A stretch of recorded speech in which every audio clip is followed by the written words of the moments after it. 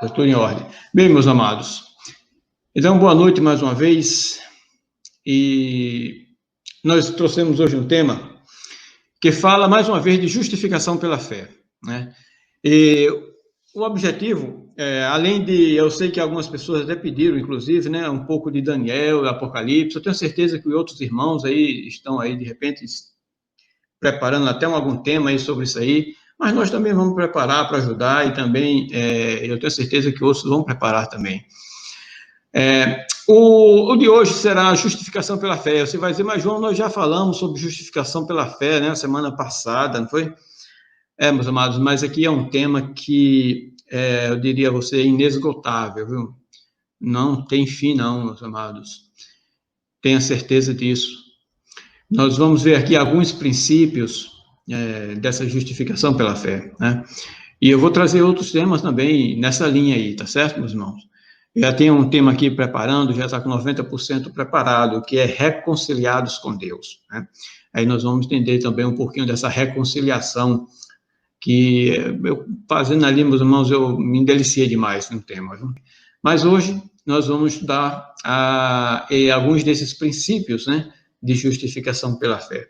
Bem, esses 7 princípios, meus irmãos, foi extraído do livro 95 Teses sobre Justificação pela Fé, tá certo? O irmão ontem, o Leonídio, né, até falou ontem na live dele aqui, falou do livro, esse livro, para ele falou ali, tanto carinho, é um livro de cabeceira dele, né, porque ele já leu aquele livro, me parece que ele falou ali umas 10, foi 12 vezes, né, mas realmente é um livro muito bom. Então, tem aqui 7 princípios, tá certo, meus irmãos? Na verdade, seriam 7 teses, mas eu coloquei como 7 princípios. Então, veja bem cada princípio desse. É o que nós vamos abordar nesses 60 minutos aqui com os amados, tá certo? Nós vamos nós vamos compreendê-lo, né? Talvez seja necessário você voltar de novo, rever de novo o estudo, aqui a live na internet, vai ficar no YouTube, né? Ou mesmo querer o PDF, meus amados. Se você quiser o PDF, eu vou colocar aí no grupo, né? Tem que colocar, você pode pegar e compartilhar, porque com o PDF fica melhor até você estudar, né? Quem não tem internet ou tem alguma dificuldade, né? O PDF lhe ajuda bastante. Então, o primeiro princípio que eu coloquei aqui foi o seguinte: o cristão faz o que é certo por ser cristão, nunca a fim de ser. Tá bom? Então, vamos aí meditando nessas frases, tá bom, meus irmãos? Justiça é igual a Jesus, tá? Não temos justiça fora dele, a parte dele. A única maneira de buscar justificação é procurar quem? Jesus. O quarto princípio, poderíamos dizer, cristianismo e salvação não se baseiam no que você faz, mas em quem você conhece. Gravem esses princípios, irmãos. Se a gente compreender esses 7 princípios, tenha certeza que nós já demos um grande passo para compreender a justificação pela fé. O quinto, fazer o certo por não praticar o errado não é agir certo. Ser bom por não ser mal não é ser bom. Nós vamos entender isso aqui. A justificação tornará você moral, mas moralidade não tornará você justo. Nossas boas obras não causam nossa salvação. Nossas más obras também não causam nossa perdição. Tá bom? Então, vamos aqui abordar um pouquinho de cada um desses 7 pontos, tá? E vamos tentar compreender esses princípios aqui. O primeiro, tá certo? O cristão faz o que é certo por ser cristão, nunca a fim de sê-lo. Aí tem uma pergunta, né? Uma bananeira produz bananas por ser bananeira ou para se tornar uma? Então, a bananeira, ela produz bananas porque ela é uma bananeira e não para se tornar uma bananeira, concorda? Da mesma forma, o cristão, meus amados, ele faz o que é certo porque ele é cristão. certo? Porque ele já é cristão e nunca a fim de sê-lo. Se você quer fazer algo certo com o objetivo de ser cristão, está indo no caminho errado, certo? Vamos ver aqui. Mateus capítulo 7, 16, verso 18, diz o seguinte, Jesus falando, olha só, os seus frutos os conhecereis. Aí ele faz uma pergunta, porventura colhem-se uvas dos espinheiros ou figos dos abrolhos? Assim, toda árvore boa produz bons frutos, e toda árvore má produz frutos maus. Não pode a árvore boa dar maus frutos, nem a árvore má dar bons frutos. O que é que Jesus está querendo dizer aqui, meus queridos? Esse contexto aqui, ele está falando justamente dos falsos profetas, está lembrado? Quando ele diz o seguinte, olha, no verso 15, Jesus fala, acautelai-vos dos falsos profetas, que se vos apresentam disfarçados em ovelhas, mas por dentro são lobos roubadores. Entendeu agora o contexto? Então, os falsos profetas, aqueles homens que andam com a Bíblia embaixo do braço, pregando, falando de Cristo, e muitas pessoas olham assim, puxa, esse homem foi inspirado, né? Mas Jesus já diz aqui, olha, calma, cuidado, acautelai-vos, né? Eles estão ali como ovelhas, mas por dentro são lobos roubadores, né? Foi nesse contexto que Jesus disse, olha, nem todo que me diz Senhor, Senhor, entrará no reino dos céus, né? E aqui nós, para essas perguntas aqui, nós podemos entender perfeitamente. Você, por acaso, vai colher uvas dos espinheiros? Não, de forma alguma, não é verdade? Então, toda árvore boa produz bons frutos, e toda árvore má produz frutos maus. Pelos seus frutos conhecereis. Um dia tudo será revelado, meus irmãos. Em Tiago 3, 11 e 12 diz, porventura deita alguma fonte de um mesmo manancial água doce e amargosa? Ou seja, você vem ali aquela fonte, aí no final dela tem água doce e amargosa. Hein? Pode isso? Não, ou ela é doce ou ela é amarga, né? Meus irmãos, pode também a figueira produzir azeitonas? Não. Ou a videira figos? Também não, né? Assim tampouco pode uma fonte dar água salgada e doce, tá certo? Ou ela vai dar água salgada, ou ela vai dar água doce, né? Um dia tudo será revelado. Em Jeremias 13, 23, tem uma pergunta. Jeremias faz, porventura pode o etíope mudar a sua pele? Etíope, o negro, né? Pode mudar a sua pele? Ou o leopardo as suas manchas? Pode, meus irmãos? Não, não pode, né? Se o etíope puder mudar a pele dele e o leopardo puder mudar as manchas, então você pode fazer o bem sendo ensinado a fazer o mal. Aqui, essa versão aqui, nova versão internacional, diz sendo ensinados a fazer o mal. Mas em outras versões diz sendo acostumados a fazer o mal, tá certo? Então, se você está acostumado a fazer o mal, como é que você vai fazer o bem? Aí você vai dizer, mas João, eu sempre fui uma pessoa má. Eu também fui uma pessoa má, ruinzinho. Não fui tão ruim, não, sabe? Mas tem muitas pessoas bem ruinzinhas, mas essas pessoas ruinzinhas um dia se tornam pessoas boas, né?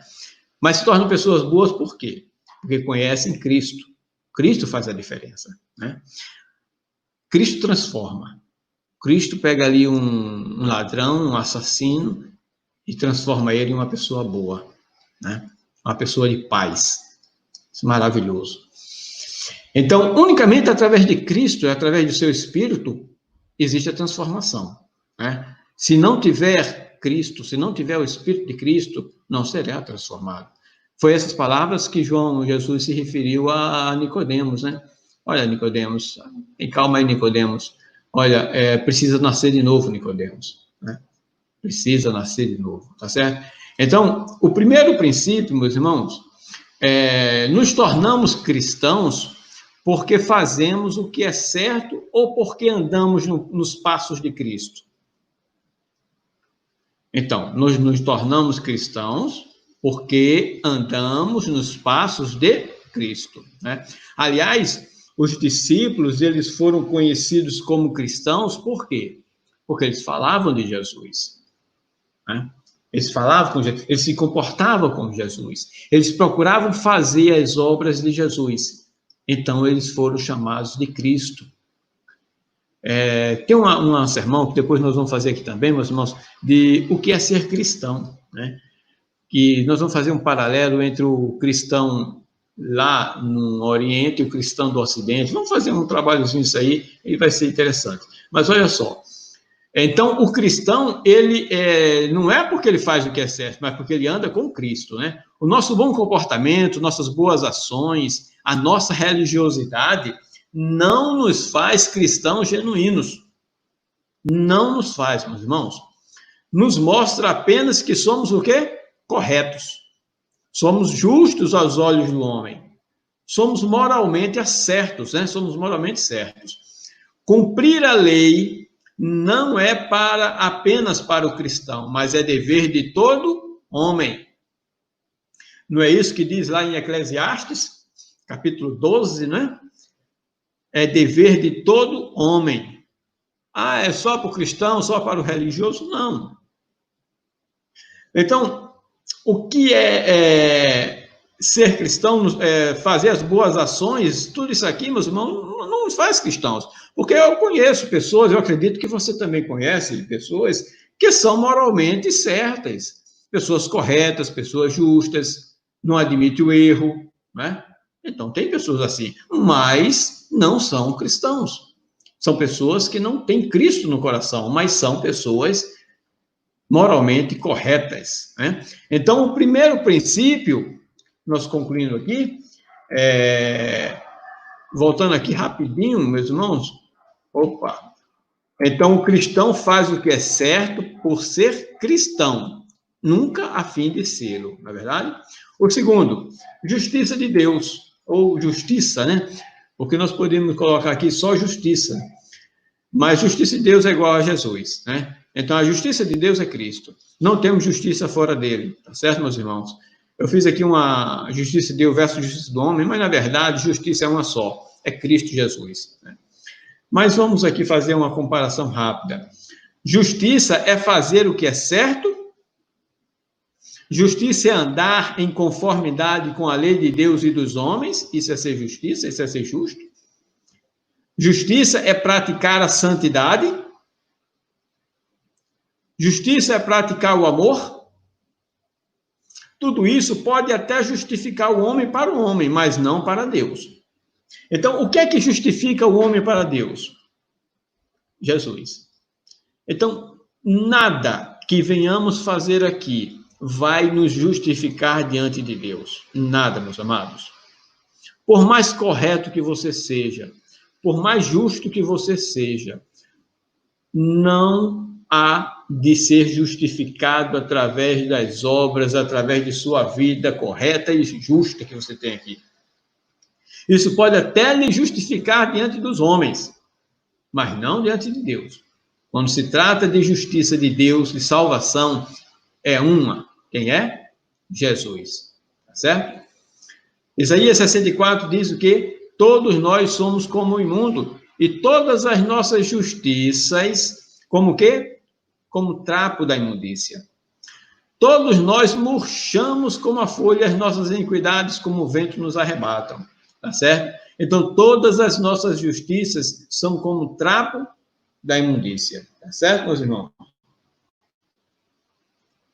Filipenses 3:9. O que é que diz? E seja achado nele, não tendo a minha justiça que vem da lei, mas a que vem pela fé em Cristo, a saber, a justiça que vem de Deus pela fé. Então, não tendo a minha justiça que vem da lei. Ora, quem estava falando isso aqui, meus irmãos? Paulo, né? Aí eu te pergunto, Paulo era um homem justo de acordo com a lei? E muito, não era, meus amados? E muito justo. Paulo era um fariseu aprendiz, discípulo de Gamaliel, um homem justo, íntegro. Ele era tão justo e tão íntegro, amava tanto o judaísmo, que perseguiu os discípulos e perseguiu Cristo. Assim era Paulo, né? Então ele diz, olha, eu não tenho a minha justiça que vem da lei, mas a que vem pela fé em Cristo, a saber, a justiça que vem de Deus. Qual é a justiça que vem de Deus? Cristo Jesus. Salmos, e não entres em juízo com o teu servo, porque à tua vista não se achará justo nenhum vivente. Ou seja, não existe ninguém justo aqui na terra, meus amados. Não tem ninguém justo, tá certo? E nem antes nem depois. Porque a gente pode dizer, peraí, eu antes de... Na questão de obras, eu antes de conhecer Cristo, eu não sou justo, tudo bem, mas depois que eu conheci Jesus, eu agora estou praticando obras boas, eu era uma pessoa ruim, mas agora eu sou uma pessoa bondosa, né? Essa justiça, se eu junto tudo e apresento diante de Deus, não é nada, tá bom? Isso aqui não é nada para Deus. Isso não nos justifica diante de Deus, né? Unicamente Cristo. Se a justiça de Deus é definida como fazer o que é certo, então, qual é a única coisa de que necessitamos para ser justo? Fazer o que é correto. Nesse caso, não teríamos necessidade da real justiça de Deus, que é Cristo Jesus, né? Então, para que Jesus vir morrer numa cruz? Não precisa, porque eu só preciso fazer o que é certo. Eu só preciso guardar a lei nos seus mínimos detalhes, né? Então, eu guardando a lei nos seus mínimos detalhes, sendo perfeito, então eu estou justo diante de Deus. E dessa forma, eu não preciso de Cristo. Mas isso não é verdade, né? Então, Jesus, ele veio porque não existe justiça fora dele. A lei, meus irmãos, que é o aio, né? E aqui essa lei, ela é a lei completa, tanto a lei mosaica completa. É tanto moral como cerimonial, é tudo. Paulo, quando estava escrevendo isso aqui, ele estava com... Aliás, é como eu já disse aqui, né? Escritos de Paulo, quando se fala de lei, nós devemos sempre perguntar, Paulo, que lei é essa, Paulo? Tu está falando de que lei? Porque ele não diferenciava. Tinha coisa que ele falava relacionado aos sacrifícios, às leis de saúde, as leis cerimoniais, né, como intitulamos, né, ou com a lei moral. Então, ele faz uma mistura. Então, ele não especifica essa lei, essa outra. Tem a lei da morte, a lei do espírito, tem tantas leis que ele fala. Então, devem ter muita cautela. Mas, nesse contexto, a lei aqui é a lei como um todo. A lei ela só será verdadeiramente apreciada e aceita se nós formos conduzidos a Cristo. A lei nos leva a Cristo. Nós temos de parar nisso aqui, olha, meus amados, em Jesus. É em Cristo que é o nosso descanso, né? Nós temos de ser conduzidos a Cristo. Nós precisamos da lei para nos encontrar com Cristo. A lei nos conduz para Cristo. Ele é a nossa justiça, não a lei. Né? A lei nos leva para Cristo. Por que a lei nos leva para Cristo? Porque quando eu leio na lei lá, não adulterarás, e eu, de alguma forma, eu adultero, ou tenho alguma coisa errada na minha vida, ela me encaminha, diz, olha, João, Cristo, a lei é o meu aio, é o meu condutor a Cristo. Ela me protege, me conduzindo a Cristo, tá certo? A única maneira, o terceiro item, a única maneira de buscar a justificação é procurar Jesus. Não tem outra, meus irmãos. Não fazemos pão sem farinha. Não tomamos banho sem água. Assim, para termos justiça, precisamos de Jesus. Aqui tem um birô na minha frente. Esse birô é de madeira. Para ele ser um birô hoje, ele precisou da madeira. No notebook está aqui um computador. Para esse computador estar aqui, ele precisou de componentes, ele precisou de peças, né? Então, não se faz um computador sem as peças. Então, para sermos cristãos, precisamos de Cristo. Não se faz um cristão sem Cristo. Cristão tem de ter Cristo como matéria-prima e única. Então, para sermos cristãos, temos de ter Cristo. Os judeus, eles achavam que eles eram salvos através das obras, não é verdade? O Messias viria salvar não do pecado, mas dos inimigos. Essa era a visão dos judeus, né? Os judeus esperavam o Messias não para libertar eles do pecado, porque eles se achavam justos. Tanto é quando Jesus chega e diz, olha, e conhecereis a verdade vos libertará. Aí eles disseram, peraí, que conversa é essa? Nós já somos livres, ninguém aqui é escravo, não. Aí Jesus diz, vocês são escravos, sim. Vocês são escravos do pecado. Então, Cristo veio dar liberdade a eles e eles não aceitaram. Por quê? Porque eles se achavam justos. Cumpriam todas as leis e se achavam inculpáveis. Então, eles esperavam o Messias não para tirar eles do pecado, mas para livrá-los dos inimigos. Então, a única maneira de buscar justificação, meus irmãos, é procurando quem? É buscando Jesus, tá certo? Sofonias, buscai ao Senhor, vós todos os mansos da terra, que tendes posto por obra o seu juízo. Buscai a justiça, buscai a justiça. Nós devemos buscar o Senhor, buscar a justiça. Mas quem é essa justiça? Jeremias diz, nos seus dias Judá será salvo, Israel habitará seguro, e este será o seu nome, com o qual Deus o chamará, o Senhor justiça nossa. Então, quem é esse, meus amados? Cristo Jesus, né? Então, Deus haverá de chamar o Senhor justiça nossa, é Jesus, é Cristo. Então, busquemos ele, buscamos a justiça. Deus pede, ó filho meu, vem cá, busca a minha justiça, não é a tua justiça, não, mas é Cristo. Nós precisamos olhar Jesus do início ao fim do Evangelho. É unicamente Ele, meus irmãos. Vamos ver aqui. Como nos tornamos cristãos?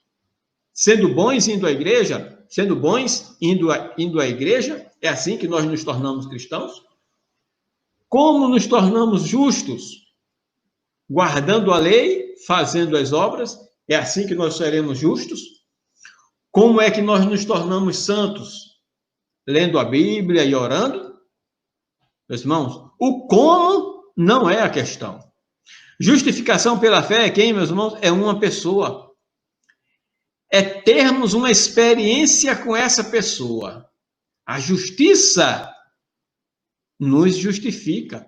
Essa pessoa nos justifica. Essa pessoa, a justiça, nos santifica.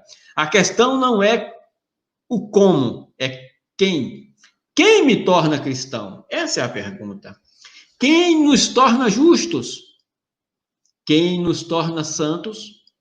O quem, meus irmãos? Essa é a questão, não é o como, sabe?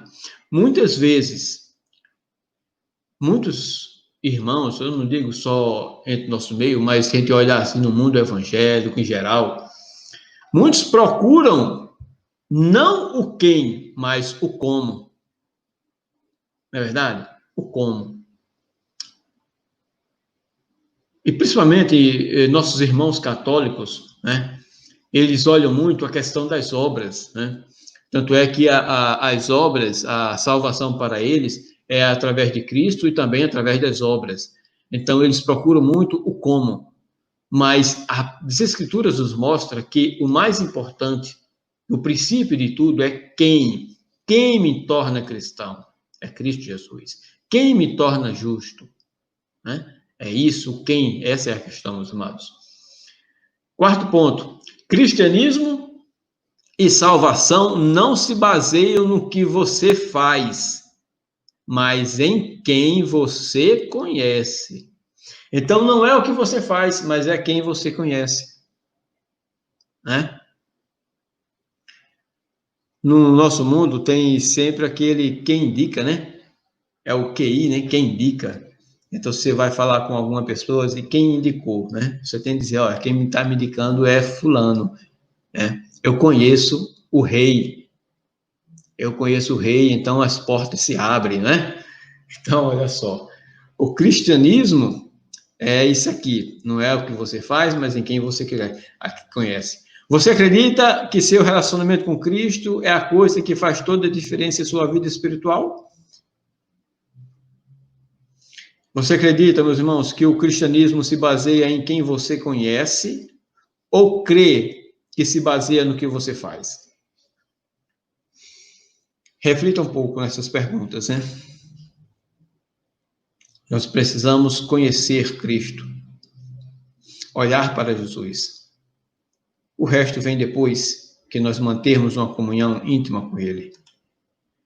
João 17,3, que a vida eterna é esta, que conheçam a Ti como o único Deus verdadeiro e a Jesus Cristo. Conhecimento do Pai e do Filho, né? Conhecemos o Pai, como é que nós conhecemos o Deus verdadeiro? Através de Cristo Jesus. O apóstolo Paulo diz que Deus nunca foi visto, ele habita em luz inacessível, né? Aliás, João 1,18, Jesus já diz, ó, e Deus nunca foi visto, né? O Filho unigênito, esse o revelou. Então, através de Cristo, nós conhecemos Deus. E dar-lhes coração para que me conheçam, porque eu sou o Senhor, e ser-me-ão por povo, e eu lhes serei por Deus, porque se converterão a mim de todo o seu coração. Conhecer o Pai e o Filho é a base integral da vida cristã. Conhecendo o Filho, conheceremos o Pai. Assim trilhamos o caminho para a vida eterna. Conhecer a Jesus transformará o seu estilo de vida, pois ao aprender a amá-lo e associar-se com ele, você será transformado à sua imagem. Então, justificação é uma pessoa, salvação é uma pessoa, mediante Jesus, sua vida eterna pode começar hoje. É hoje, meus amados. Quinto item. Fazer o certo por não praticar o errado não é agir certo. Preste atenção nisso. Ser bom por não ser mal não é ser bom. Você pode estar fazendo o certo por fora, mas o errado por dentro. E isso não é certo. O único que realmente faz o que é certo é aquele que é certo por dentro como por fora. Concorda? Então não é o exterior, mas é o exterior e o interior. Né? Os dois têm de estar juntos. Mateus 23, 27 e 28. Olha só o que Jesus diz aí em relação aos fariseus. Né? Ai de vós, escribas e fariseus, hipócritas, pois que sois semelhantes aos sepulcros caiados. Por fora realmente parecem formosos, mas interiormente estão cheios de quê? Ossos de mortos e de toda imundícia. Assim também vós exteriormente pareceis justos aos homens, mas interiormente estáis cheios de hipocrisia e de iniquidade. Então, cristão, nós precisamos ser tanto por fora como por dentro. Então, fazer exteriormente algo certo, nem sempre é certo. Porque por dentro eu posso estar fazendo algo errado, eu posso estar com outras intenções, não é verdade? Por exemplo, os judeus. O judeu chegava para Jesus e dizia, olha, ele é um bom homem, ele admiravam ele, né? Alguns admiravam, né? Mas por trás tramavam a morte dele. Ou seja, ele falava algo, mas o coração falava outro, né? A boca falava uma coisa e o coração falava outra. Então, totalmente errado, né? Então, é isso que o princípio quer dizer, isso. Fazer o certo por não praticar o errado não é agir certo. Ser bom por não ser mal não é ser bom, tá certo? Mateus 5,20, digo, porque vos digo que se a vossa justiça, aqui Jesus está falando para nós, né? Para o povo. Aqui foi no Sermão do Monte, né? Jesus falando para um povo. Diz, se a vossa justiça não exceder a dos escribas e fariseus, de modo nenhum entrareis no reino dos céus. Agora, Jesus, quando falou essas palavras, se você pegar o contexto, né, entender tudo isso aqui, você vai dizer, pronto, ninguém vai entrar no reino dos céus. Ninguém entra. Por quê? Porque os escribas e fariseus, exteriormente, eles eram justos. A justiça deles eram claras, todos admiravam a justiça deles. E quando o povo escutou Jesus dizer isso aqui, o povo deve ter ficado preocupado. E agora, como é que a gente vai escapar de um negócio desse? Mas Jesus sabia o que se passava no coração, né? Tanto que Cristo aqui, olha, deixa isso muito claro. Vocês por fora é uma coisa, mas por dentro é outra. E Jesus disse: a nossa justiça, a vossa justiça tem de exceder a dos escribas e fariseus, né?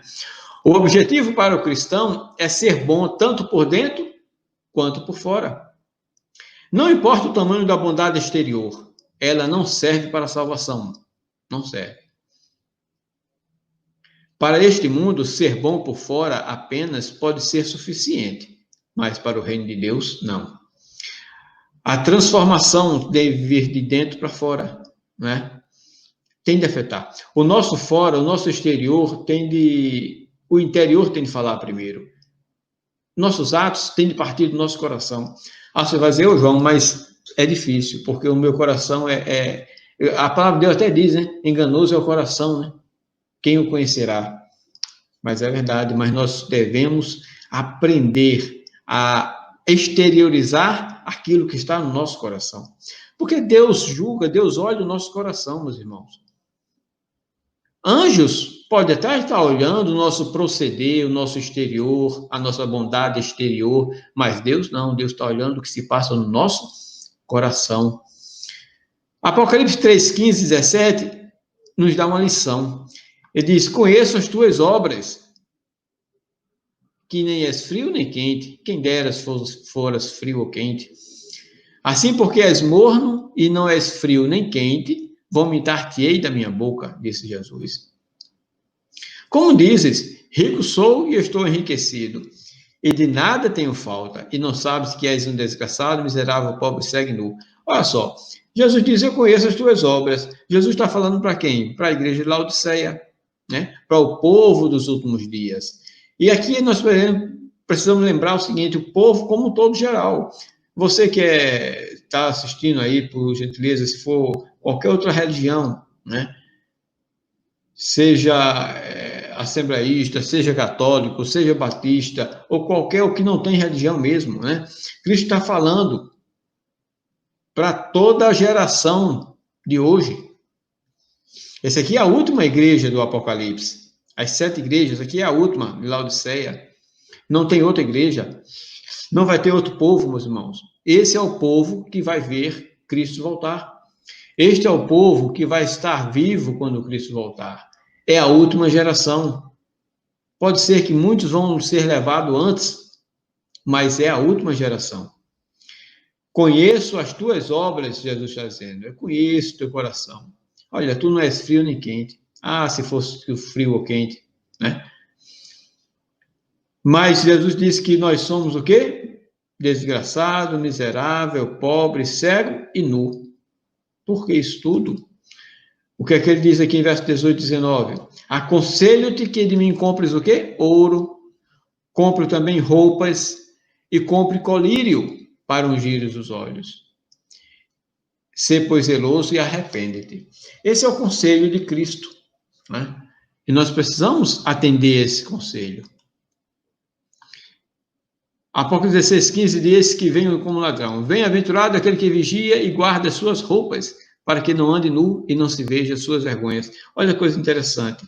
Laodiceia está nua espiritualmente, não é verdade? Nós vimos aqui no texto anterior.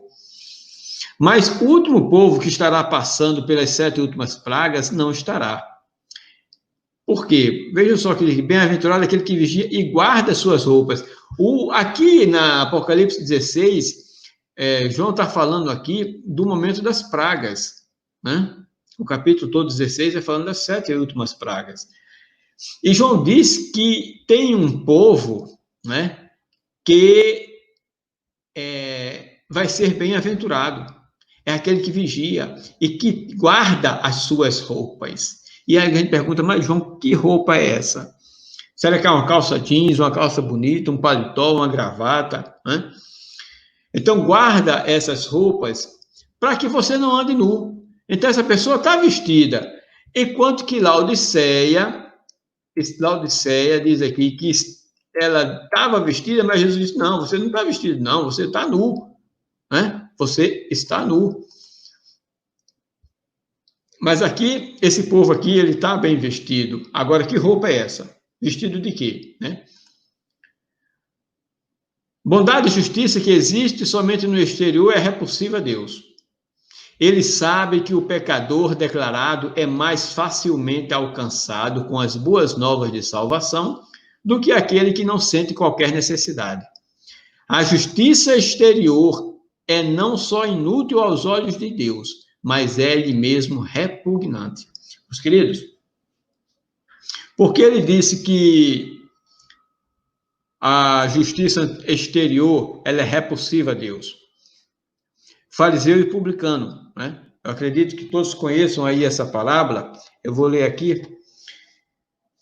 Propôs também esta parábola a alguns que confiavam em si mesmos, por se considerarem justos e desprezarem os outros. Olha só a parábola de Jesus para quem foi o público. Para aquelas pessoas que se confiavam em si mesmos, se achavam justos. E aqui, meus irmãos, uma lição. O povo de Laodiceia, a palavra Laodiceia quer dizer julgamento.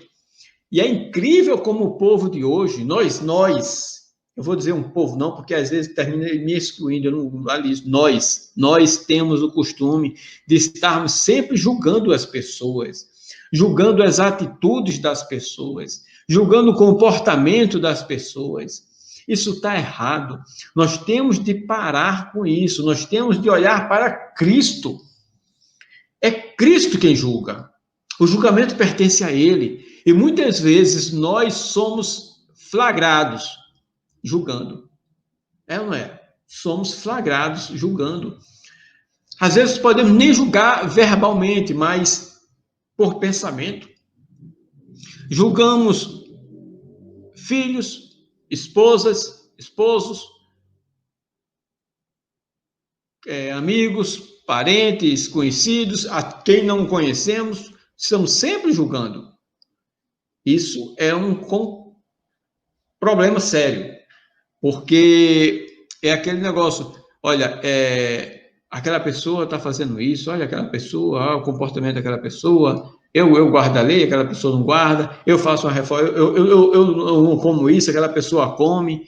Tudo isso são julgamentos, né? E a gente não pode fazer isso. Então, Laodiceia quer dizer julgamento, mas não para nós, deixa isso para Cristo, né, meus irmãos?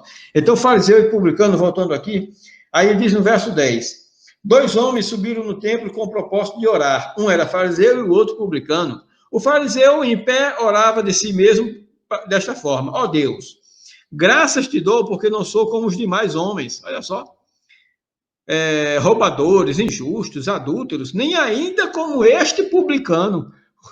O fariseu ainda olhou assim de lado e disse, olha, eu ainda nem sou como esse publicano. Eu jejuo 2 vezes por semana, dou dízimo de tudo quanto ganho. Olha só. Então o publicano chegou, aliás, o fariseu chegou e mostrou a justiça dele. Mas o publicano fez o quê? Estando em pé, nem ousava, nem ainda levantar os olhos ao céu, mas batia no peito, dizendo, ó Deus, sê propício a mim, pecador. O publicano nem levantou os olhos. Nem levantou os olhos, meus irmãos. Isso sim. Aí Jesus disse, esse saiu, foi para casa exaltado, né? E justificado, né? Então, a justiça exterior nos atrapalha. Precisamos ter a justiça interior, que é Cristo Jesus. O ouro, meus amados, aqui são as obras, né? São obras, é o amor proveniente de Cristo, lá em Isaías 55:1. Nós podemos fazer essa comparação, né? As obras são provadas pelo fogo, né? 1 Coríntios 3, 12 e 13, né? Aqui Paulo faz uma analogia muito bonita, onde ele diz, olha, uns plantam ouro, outros colocam prata, outros colocam bronze e tal. Então, cada um está plantando algo, certo? Está colocando algo. Mas tudo será provado pelo fogo. Então, deixa Cristo provar. Deixa o fogo provar tudo, né? É ele. Roupas brancas são a justiça de Cristo, né? Isso nós sabemos, né? Apocalipse 3, 4 e 5, né? 19 e 8 diz que claramente são os linhos da justiça de Cristo, né? O colírio, a iluminação do Espírito, né? Então, o convite de Cristo aqui, o conselho dele, né? Cadê aqui, ó? Aconselho, compre aqui as vestiduras brancas, que é a justiça, o ouro provado no fogo. E compre de quem, meus irmãos? A gente deve comprar de quem? Dele, de Cristo. É ele quem está querendo vender, é ele que nos vende, é Cristo, é isso? E colírio. Aqui é interessante também Laodiceia, né? Laodiceia era uma cidade rica, porque rica.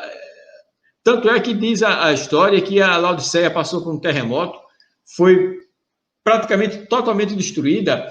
Aí Roma quis erguer Laodiceia, né? Foi lá e disse: não, eu vou aqui erguer vocês, eu vou financiar a construção. Laodiceia disse: não, os laodiceanos, né? Não, nós vamos fazer com o nosso dinheiro. Nós somos ricos, olha o que diz aqui, nós somos ricos e abastados, né? Nós não precisamos de nada, não, nós não temos nada, falta de nada. Isso os laodiceanos era assim, meus irmãos.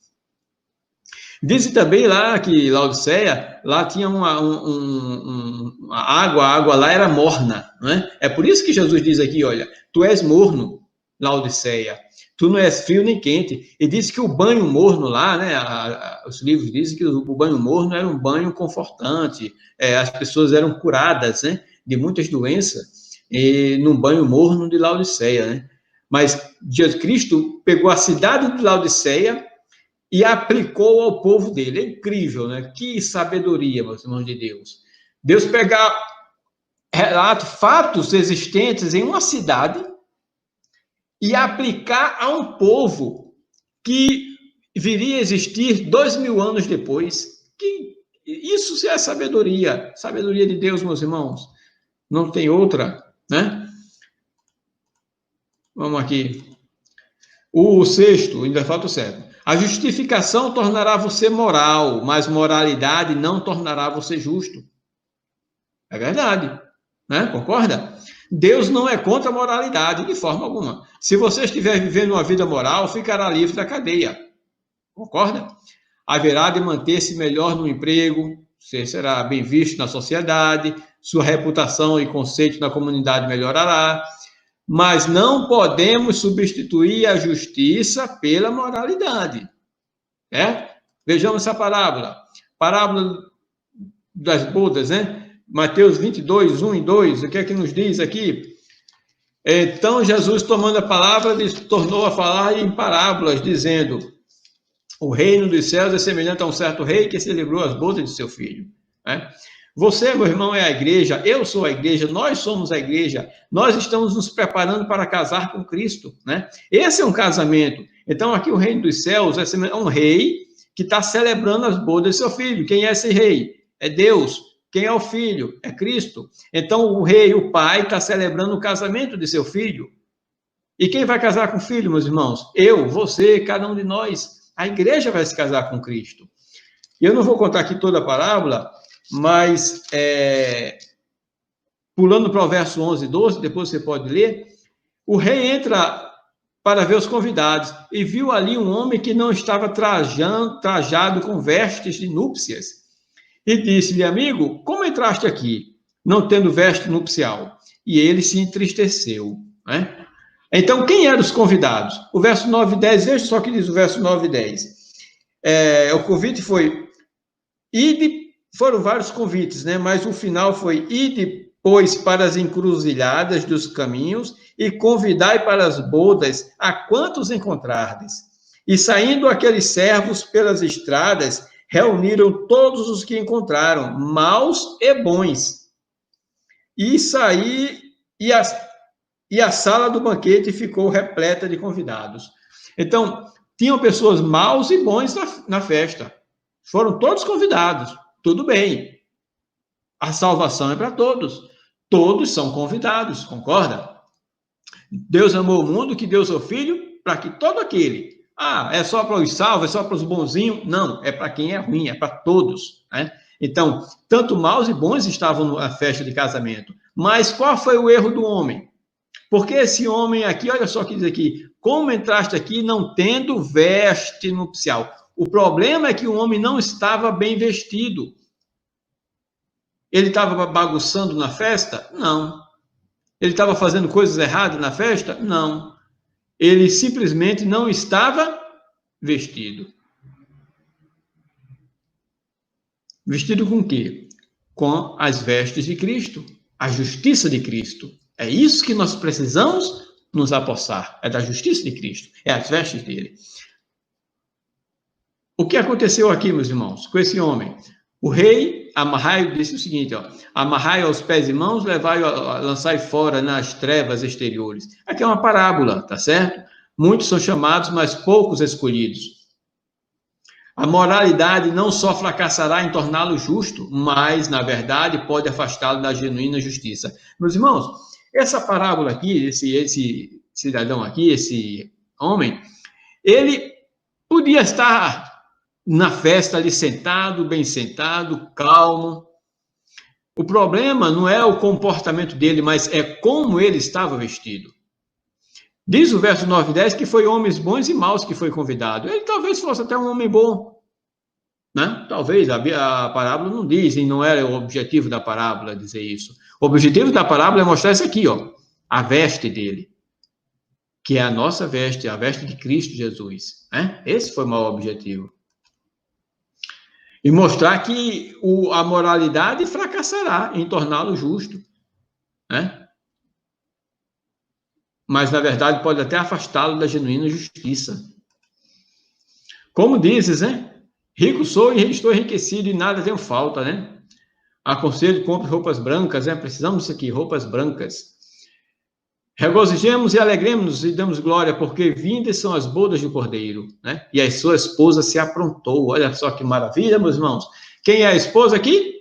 Eu, você, todos nós. Nós estamos nos preparando o quê? Para casar, né? Casar com quem? Com o Cordeiro, tá certo? E diz aqui em 19 que a esposa se aprontou. A esposa está pronta, meus irmãos.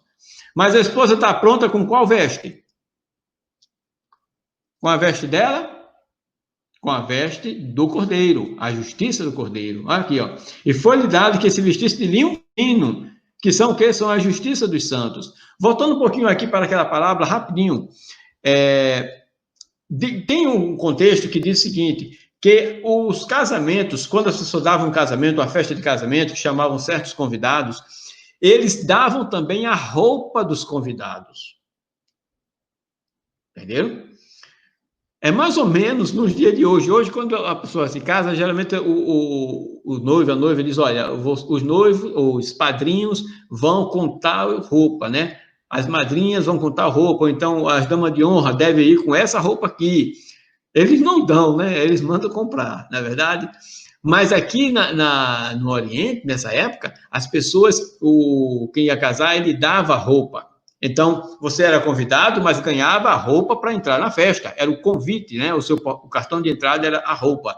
Por isso que aquele lá estava com uma roupa diferente. Então, Jesus pegou fatos que aconteciam, era comum acontecer naquela época, casamento, e eles sabiam perfeitamente a história de casamentos. E aplicou uma parábola mostrando a justiça dele, que é as vestes dele.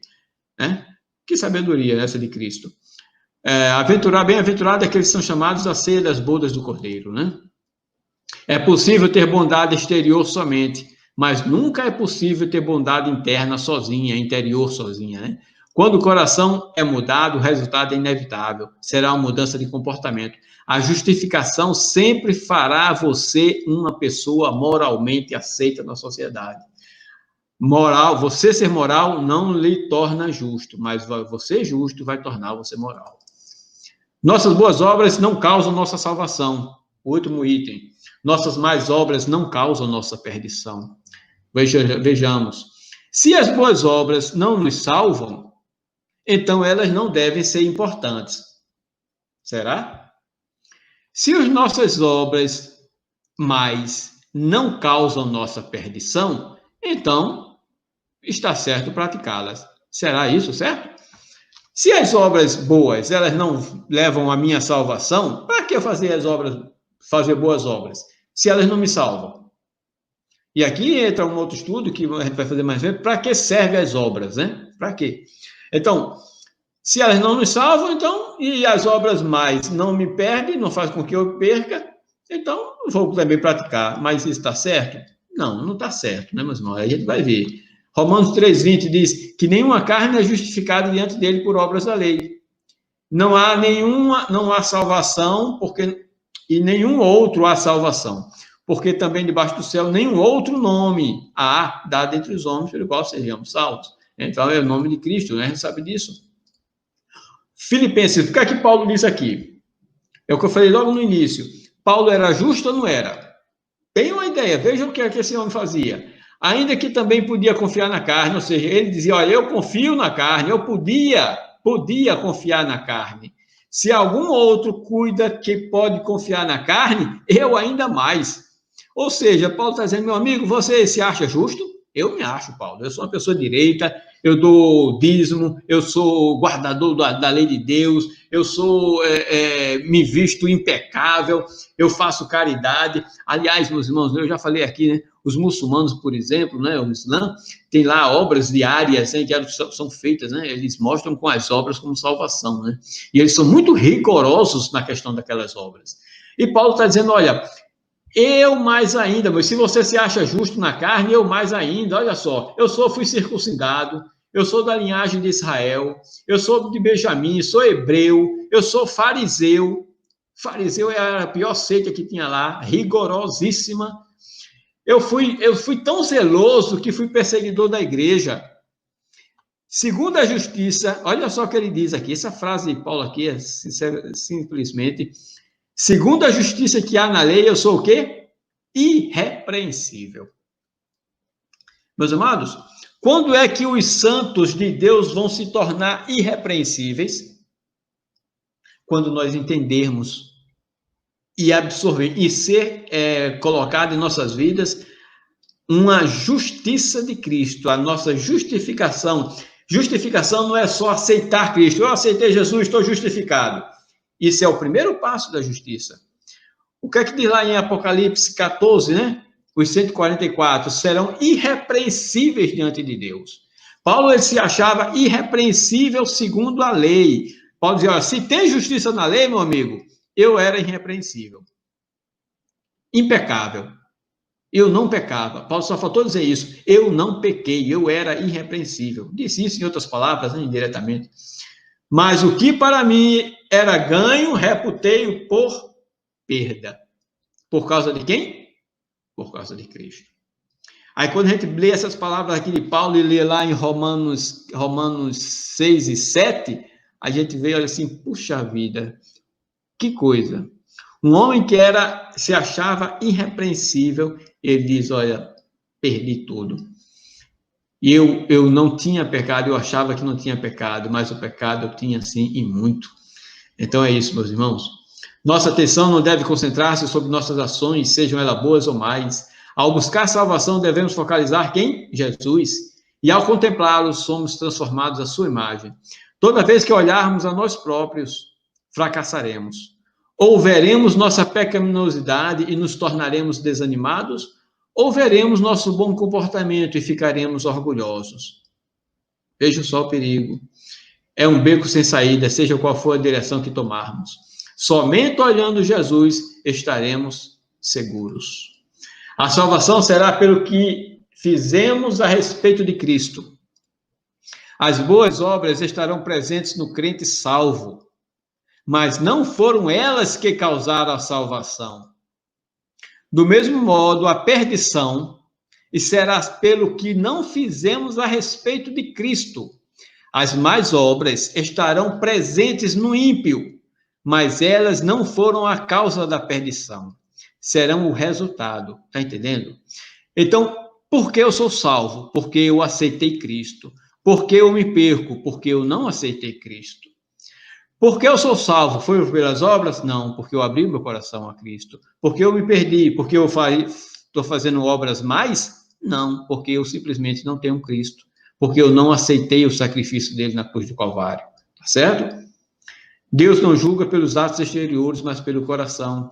1 Samuel 16, 17 diz, o Senhor não vê como vê o homem, né? Pois o homem vê o que está diante dos olhos, porém o Senhor olha o quê? Olha o coração, meus irmãos. Tudo que fazemos reflete a obra de Cristo, que Cristo fez e fará em nossas vidas. E faz, né? Somos cristãos e justos porque temos Cristo como justiça. Conhecer o Pai e o Filho é o caminho para a vida eterna. Através do Filho conhecemos o Pai. As obras que fazemos devem vir do nosso interior também, não apenas exterior. Nossas obras corretas são justas diante do homem, porém elas não causam a nossa salvação, meus amados. Então é isso.